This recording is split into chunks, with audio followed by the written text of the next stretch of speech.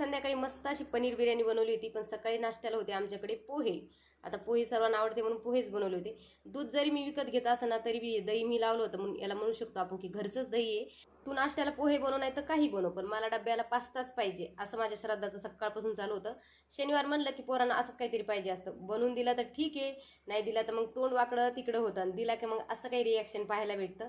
4 वाजले की सर्वांचा दणका चहावर असतो. माझा इनोर सध्या तेच चालू आहे, कारण की मला जाम अशी ॲसिडिटी होती. आणि मी इनो पेताना जर पाहिलं तर माझा पिल्लू लगेच पळत येतं आणि ते बी घेतं. आणि त्याला माहिती आहे की मम्माने इथं कॅमेरा लावलेला आहे, लगेच त्याच्यात रिॲक्शन देतोय की मम्मा छान छान. शेरवानी माझ्या बाळानं घातली होती, कारण की त्याचे पप्पा लग्नाला गेले होते. आता पप्पा लग्नाला गेले म्हणून हा नवरदेव सजून बसला होता घरीच. तर म्हटलं चला आता संध्याकाळी मस्त अशी पनीर बिर्याणी बनवू. खूप दिवसापासून बनवायची होती, मी कधी ट्रायच केली नाही. मी पहिल्यांदा ट्राय करणार होते. थोडीशी माझ्याकडून मिस्टेक झाली होती, पण मग छान झाली होती. आणि बनवायला काय लागतं, सगळ्यात पहिले कांदे. आता कांदे कट करून मला फ्राय करायचे होते.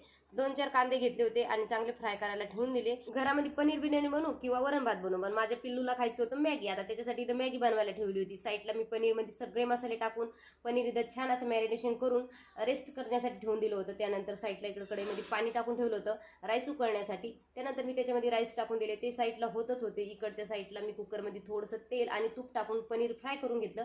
आमच्याकडनं मसाला भात बनला तर मी कोशिंबीर बनवत असते, तर म्हणलं चला पनीर बिर्याणी तर मस्त थोडीशी कोशिंबीर बनवते. त्यासाठी काकडी मी किसून घेतली. साईडला इकडे माझं पनीर झालं होतं, तो राईस बी टाकून दिला, त्याच्यामध्ये कोथिंबीर टाकून दिली, कांदे तळलेले ते टाकून दिले आणि वाफेला ठेवून दिला. आता याच्या खाली ना मला तवा ठेवायला पाहिजे होता, मी तो ठेवला नाही, म्हणून थोडीशी बिर्याणी माझी खालून जळाली होती, पण छान झाली होती. कोशिंबीरला तडका देऊन घेतला आणि त्यानंतर मस्त असा बिर्याणीवर ताव मारून घेतला. चला तर बाय, श्री स्वामी समर्थ.